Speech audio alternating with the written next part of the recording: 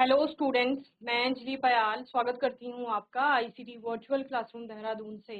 कैसे हैं आप सब लोग? उम्मीद करती हूँ आप सब लोग अच्छे होंगे और अपनी लाइफ में बहुत बेहतर कुछ कर रहे होंगे।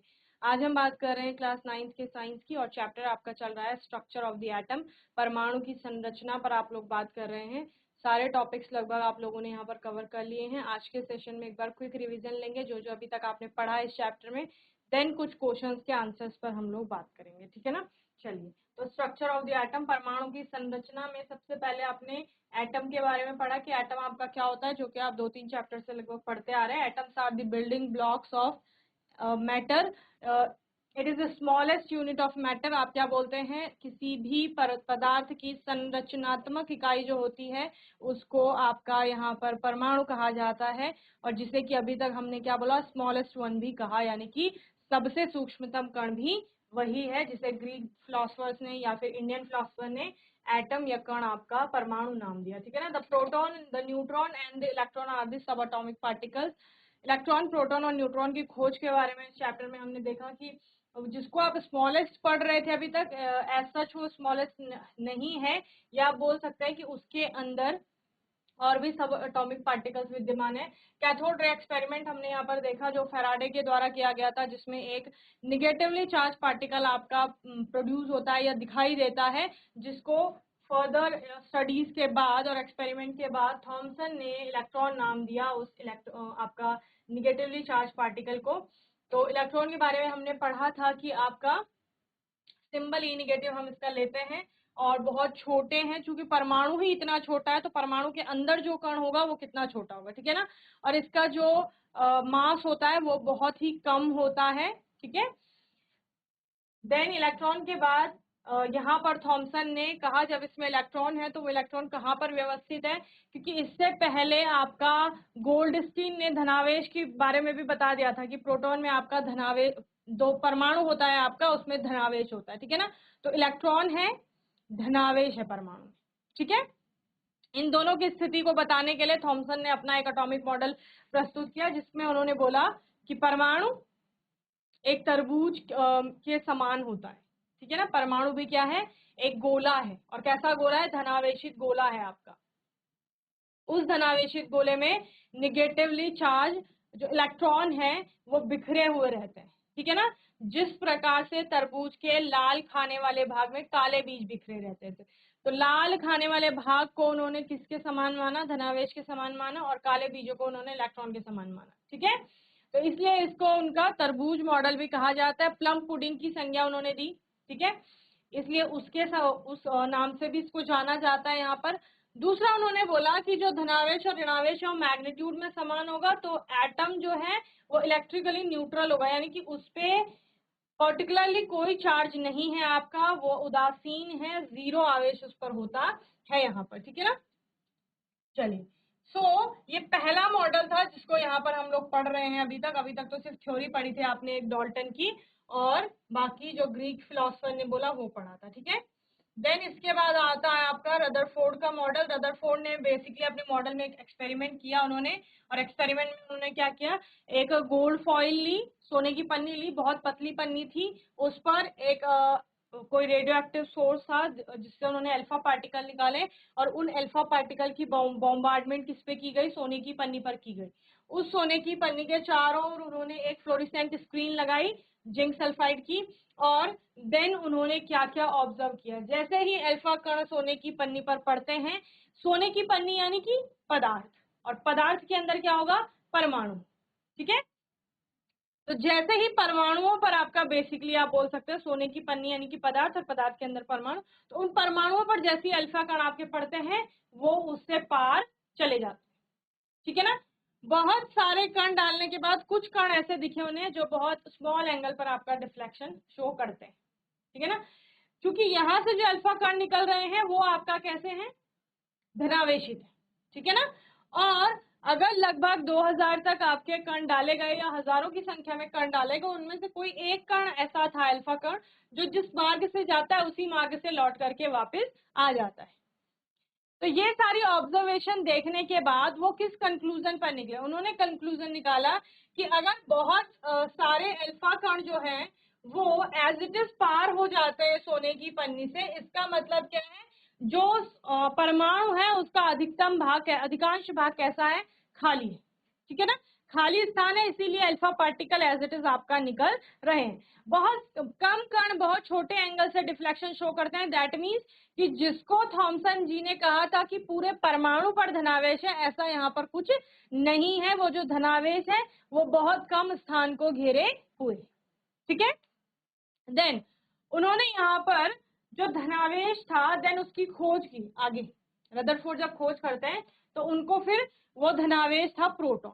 उन्होंने बोला नाभिक में धनावेशित कण जो है वो प्रोटॉन के, ओके। और इससे क्या निष्कर्ष निकाला कि परमाणु का जो सेंटर होता है उसको नाभिक कहा जाता है, और उसी नाभिक में क्या है, धनावेश भी है, ठीक है। और क्या बोला उन्होंने, नाभिक का जो आकार है वो पूरे परमाणु की तुलना में बहुत छोटा है, यानी परमाणु तो बहुत बड़ा है। जैसे उन्होंने बोला लगभग 5 किलोमीटर की त्रिज्या का एक क्रिकेट का स्टेडियम है या ग्राउंड है, और उसके बीच में आप क्रिकेट की बॉल रख दीजिए तो क्या होगा, क्रिकेट का स्टेडियम कितना बड़ा है, 5 किलोमीटर रेडियाई है उसकी, और इतना बड़ा हमारा परमाणु है अगर, तो उसका नाभिक कितना होगा, जैसे उसके सेंटर में हमने क्रिकेट की बॉल रख दी है तो वो क्रिकेट की बॉल क्या शो कर रही है, उस परमाणु के नाभिक को प्रदर्शित कर रही है यहाँ पर, ठीक है ना। तो उन दोनों के आकार में इतना बड़ा आपको डिफरेंस देखने को मिलेगा, यानी परमाणु बहुत बड़ा है, नाभिक बहुत छोटा है। देन जब आगे स्टडीज होती हैं तब पता चलता है कि धनावेश, अगर परमाणु का, उन्होंने बोला नाभिक का जो द्रव्यमान है वो पूरे परमाणु का द्रव्यमान है, लेकिन बहुत सारे एटम्स में आपका नाभिक का जो द्रव्यमान था, यानी प्रोटॉनों की जो संख्या थी वो उसके द्रव्यमान के इक्वल नहीं आ रही थी। परमाणु का जो द्रव्यमान है या द्रव्यमान संख्या जिसे आप कहते हैं वो अधिक आ रहा था और प्रोटॉनों की संख्या कम थी, तो फिर दोनों इक्वल नहीं हो सकते। यानी नाभिक का द्रव्यमान अगर परमाणु का द्रव्यमान है तो उस नाभिक में कोई और पार्टिकल भी है जो परमाणु के द्रव्यमान में योगदान दे रहा है, ठीक है। फिर चैडविक किसकी खोज करते हैं, उस पार्टिकल की खोज करते हैं जो द्रव्यमान में तो अपना योगदान दे रहा है, लेकिन वो ना ही धनावेशित है ना ही ऋणावेशित है, यानी उस पर आवेश कोई नहीं था, तो उसको, क्योंकि वो न्यूट्रल है तो वहीं से उसका नाम आया न्यूट्रॉन, ठीक है। तो इस तरह से हमारे तीनों सब एटॉमिक पार्टिकल्स की खोज हुई। और रदरफोर्ड की आप कुछ कमियां भी देखते हैं, जहां पर उन्होंने बोला था कि इलेक्ट्रॉन जो होते हैं, चूंकि क्या बोला उन्होंने, धनावेश जो है नाभिक में स्थित है और उस धनावेश के चारों ओर इलेक्ट्रॉन आपका घूम रहा होता है। तो जब कोई कण आपका वृत्ताकार पथ पे घूम रहा है तो घूमते घूमते वो त्वरण दिखाएगा और उसकी एनर्जी क्या होगी, लॉस होगी, क्योंकि वो एनर्जी को रेडिएट करेगा। इस चीज को वो एक्सप्लेन नहीं कर पाएगी। अगर एनर्जी का रेडिएशन हो रहा है तो फिर घूमते घूमते जो पार्टिकल है या इलेक्ट्रॉन की बात यहाँ पर हो रही है तो उसका पथ छोटा होता जाएगा और एक समय आएगा कि वो नाभिक में गिर जाएगा, है ना। और अगर आपका जो इलेक्ट्रॉन है वो नाभिक में गिर गया तो फिर परमाणु कैसा हो जाएगा, अनस्टेबल हो जाएगा, अस्थायी हो जाएगा। और अगर परमाणु आपका अस्थायी हो गया तो फिर पदार्थ जैसा हमें दिखता है वैसा नहीं होगा।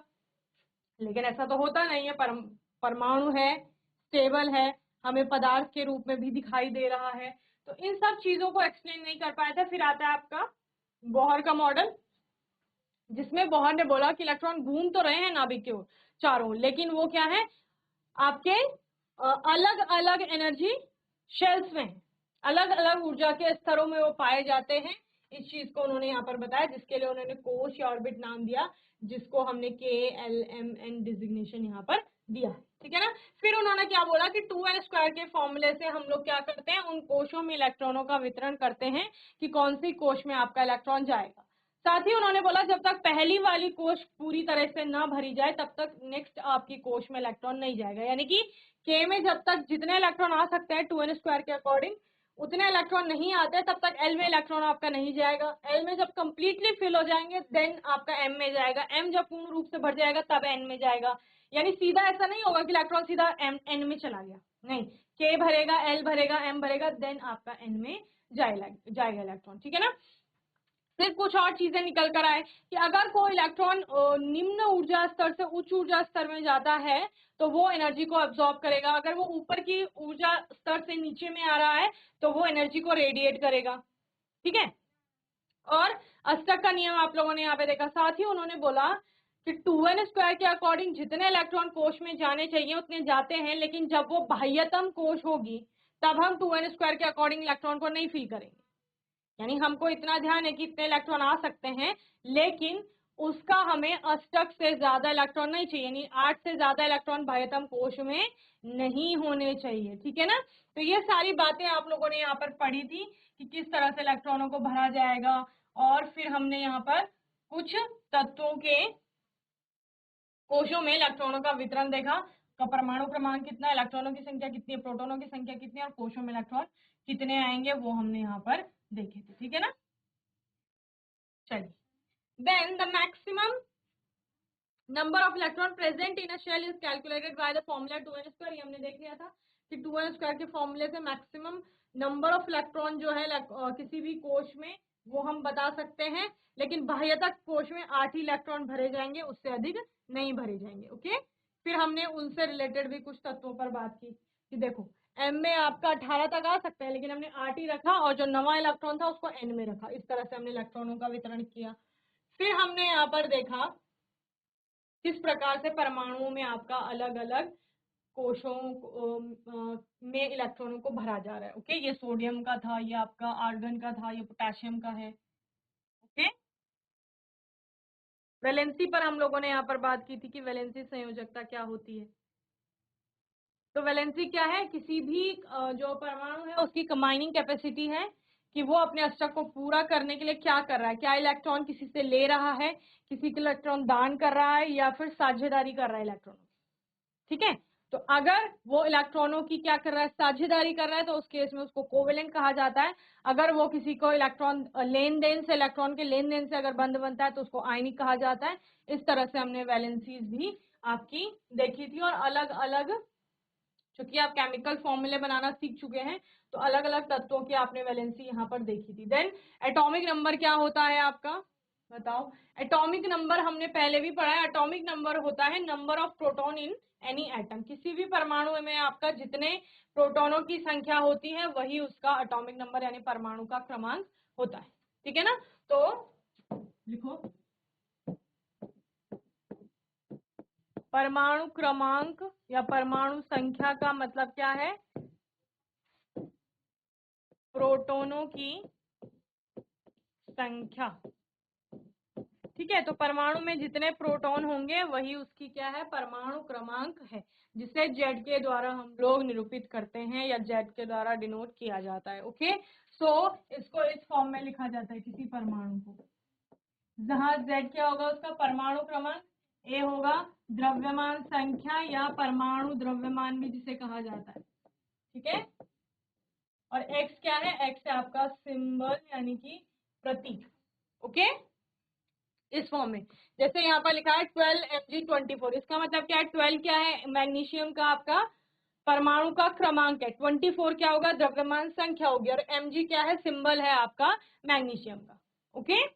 चलिए, नेक्स्ट है आपका mass number and representation of an atom. Mass number मैंने आपको बता दिया। मास नंबर का मतलब क्या होता है, प्रोटॉनों की संख्या धन आपका न्यूट्रॉनों की संख्या। समझ रहे हो। देखो क्या बोला था मैंने, रदरफोर्ड ने बोला कि जो नाभिक का द्रव्यमान है वो पूरे परमाणु का द्रव्यमान है। इतनी स्टेटमेंट उनकी करेक्ट थी, लेकिन तभी तक उन्होंने सिर्फ प्रोटॉन सिर्फ धनावेश पर बात की थी। जब चैडविक ने न्यूट्रॉन की खोज की और उन्होंने स्थिति बताई कि वो नाभिक में प्रेजेंट है, तो फिर आपका क्या हो गया कि प्रोटॉनों की संख्या धन न्यूट्रॉनों की संख्या ही परमाणु का द्रव्यमान होगा। तो मास नंबर क्या होता है, protons and neutrons are present in the nucleus. नाभिक में क्या उपस्थित है, धनावेश और ऋणावेश आपका उपस्थित नहीं है, बल्कि ऋणावेश तो बाहर है, धनावेश उपस्थित है केवल, और उसके साथ साथ क्या उपस्थित है, आपका न्यूट्रॉन उपस्थित है, जिस पर कि कोई भी आवेश नहीं है।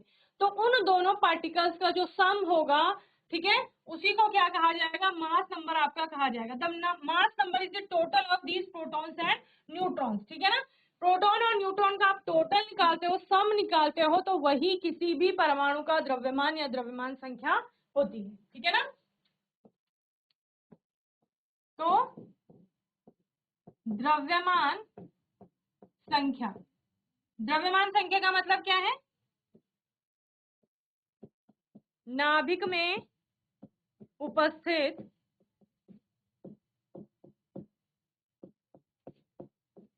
प्रोटॉनों तथा न्यूट्रॉनों की संख्या।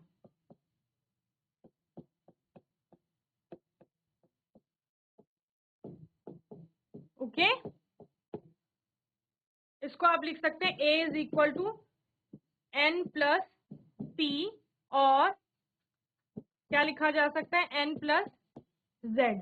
Z यानी कि परमाणु का क्रमांक, और परमाणु का क्रमांक यानी कि प्रोटोनों की संख्या। ठीक है,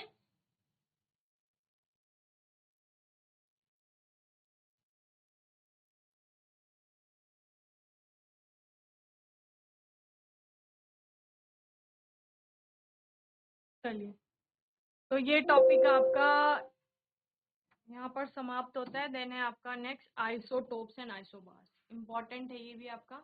आइसोटोप्स क्या होते हैं आपके समस्थानिक,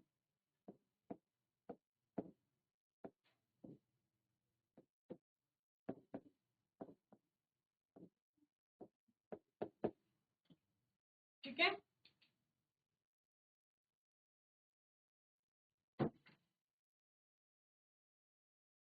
और समस्थानिक किसे कहा जाता है?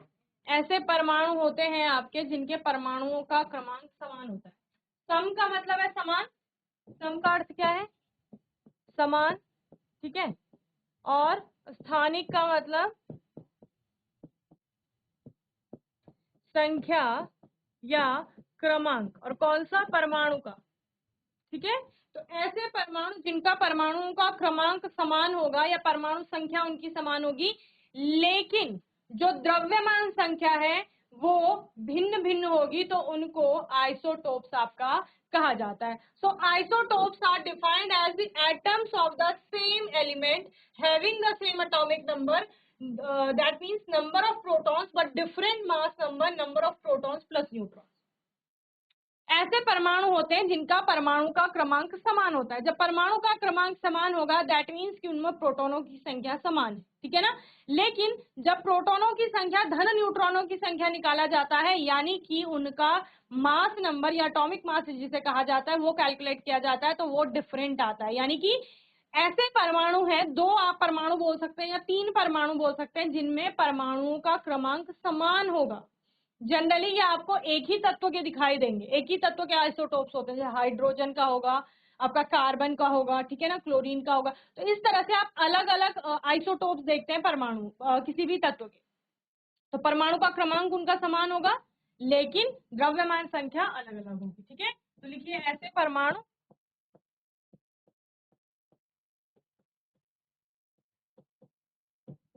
जिनका परमाणु क्रमांक समान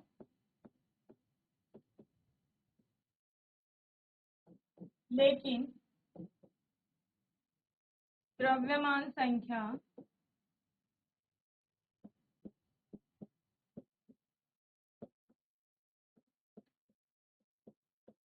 भिन्न होती है। ठीक है,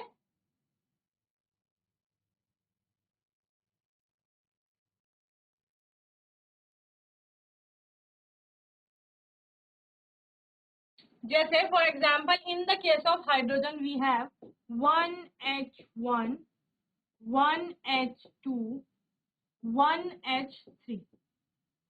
ठीक है ना, हाइड्रोजन के क्या है समस्थानिक है। देखो सभी जगह जेड समान है, एक एक एक, यानी कि परमाणु का क्रमांक समान है, यानी प्रोटॉनों की संख्या समान है। लेकिन द्रव्यमान संख्या की बात करेंगे, इसमें एक है, इसमें दो है, इसमें तीन है, अलग अलग है। इसको आपका प्रोटियम कहा जाता है, ड्यूटीरियम एंड ट्राइटियम। ओके, और किसका है? और कार्बन का है 6C12, 6C14 एंड 6C15। ये कार्बन का आइसोटोप हो गया, यानी समस्थानिक। 6 परमाणु क्रमांक, लेकिन 12, 14 और 15, 12, 13 और 14, 6C12, 6C13 और 6C14 होता है।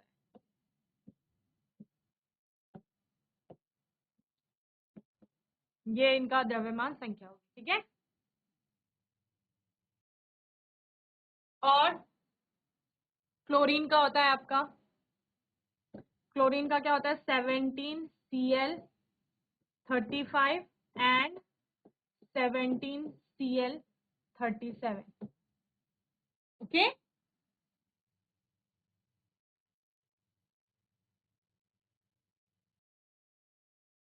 चलिए नेक्स्ट है आपका आइसोबार्स, इनको कहा जाता है समभारिक, ठीक है ना। सम मतलब समान, सम का अर्थ है समान, और भारिक का मतलब है भार या द्रव्यमान, ठीक है। तो ऐसे परमाणु जिनका द्रव्यमान संख्या समान होगी या परमाणु का द्रव्यमान समान होगा, लेकिन उनमें आपका जो प्रोटॉनों की संख्या है या फिर जो आप परमाणु क्रमांक बोल रहे हैं वो भिन्न भिन्न होगा, ठीक है ना। तो लिखिए ऐसे परमाणु जिनका या जिनकी द्रव्यमान संख्या, द्रव्यमान संख्या समान होती है लेकिन परमाणु क्रमांक भिन्न होता है।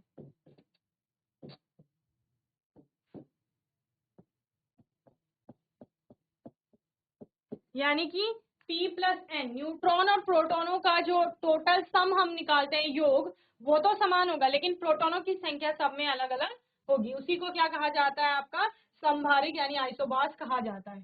So atoms of different element, generally अलग अलग तत्वों के आपके क्या होंगे, ये परमाणु होंगे विद डिफरेंट एटॉमिक नंबर, जिनका परमाणु का आपका क्रमांक जो है वो अलग अलग होगा, which have the same mass number, लेकिन जो द्रव्यमान संख्या होगी वो क्या होगी, समान होगी। यहाँ पर आर नोन एज आइसोबार्स, उनको समभारिक कहा जाता है। For example calcium and argon both have the same mass number 40, 20 Ca40 and 18 Ar40। तो कैल्शियम और आर्गन ऐसे परमाणु हैं जिनमें की क्या होता है, द्रव्यमान संख्या उनकी बराबर है 40-40, लेकिन जो परमाणु का क्रमांक है वो कैल्शियम का 20 है आपका, और आर्गन का कितना होता है, 18 होता है।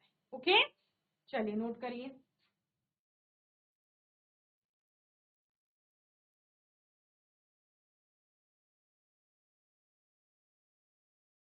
चलिए समबारिक के और आपको एग्जाम्पल मिलेंगे तो वो भी आप लोग लिख लेना, और आइसोटोप्स में भी, ठीक है ना। एक यहाँ पर आपको एग्जाम्पल दिया गया है हाइड्रोजन, हाइड्रोजन, हाइड्रोजन। हाइड्रोजन के समस्थानिक है आपके, यानी आइसोटोप्स है। मास नंबर 1 है, हाइड्रोजन का आपका परमाणु क्रमांक भी 1 है। यहाँ पर हाइड्रोजन 2 जो आपको बताया गया, इसका मतलब है हाइड्रोजन का परमाणु क्रमांक यहाँ पर भी 1 ही होगा, लेकिन जो मास नंबर है वो 2 हो गया है। यहाँ पर भी हाइड्रोजन का परमाणु क्रमांक 1 है, लेकिन जो मास नंबर है वो 3 हो गया। देखो परमाणु का क्रमांक यानी प्रोटॉन, प्रोटॉन 1 है, यहाँ भी 1 है, यहाँ भी 1 है, तो आपका परमाणु का क्रमांक तीनों जगह समान है। लेकिन द्रव्यमान संख्या की बोलेंगे, यहाँ 1 है, यहाँ 2 है, यहाँ 3 है। तो ये क्या हो गए, ये आपके समस्थानिक हो गए। तो ये हाइड्रोजन का समस्थानिक है प्रोटियम, ये ड्यूटीरियम और ये ट्राइटियम। ओके, एक दो टर्म्स और लिख लीजिए। यहाँ पर एक आता है आपका आइसो इलेक्ट्रॉनिक्स, आइसो इलेक्ट्रॉनिक या आइसो इलेक्ट्रॉन्स भी कहा जाता है इसको, यानी सम इलेक्ट्रॉनिक। तो जिनमें इलेक्ट्रॉनों की संख्या समान होगी।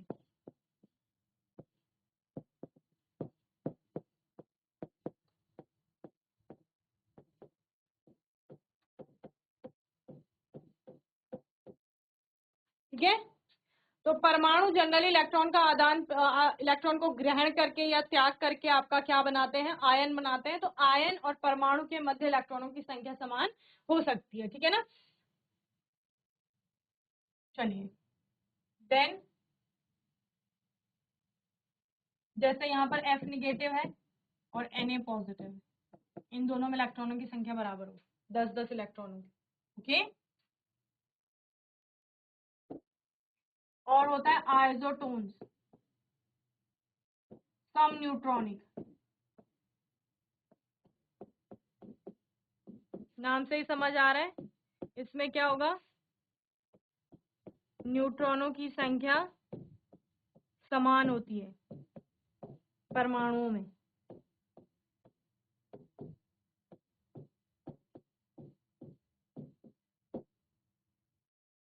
ठीक है, और इसके एग्जाम्पल आप लोग होमवर्क में लिख के लाएंगे। परमाणु का द्रव्यमान होगा, प्रोटॉनों की संख्या होगी, उससे आप लोग न्यूट्रॉनों की संख्या को कैलकुलेट करेंगे और फिर लिखेंगे कि कौन कौन से आइसोटोन्स में आपका आते हैं। ठीक है, चलिए। तो यहाँ पर इस चैप्टर के हमने लगभग सारे ही टॉपिक कवर कर लिए हैं और क्वेश्चन आंसर्स के लिए बोला था, तो अभी तो टाइम आपका हो चुका है ओवर। तो आने वाले सेशन में हम लोग एक्सरसाइज और क्वेश्चन आंसर्स पर बात करेंगे। कोई डाउट होगा, क्वेश्चन होगा, तो आने वाले सेशन में आप लोग पूछ लेना। और तब तक के लिए आईसीटी वर्चुअल क्लासरूम से जुड़ने के लिए धन्यवाद।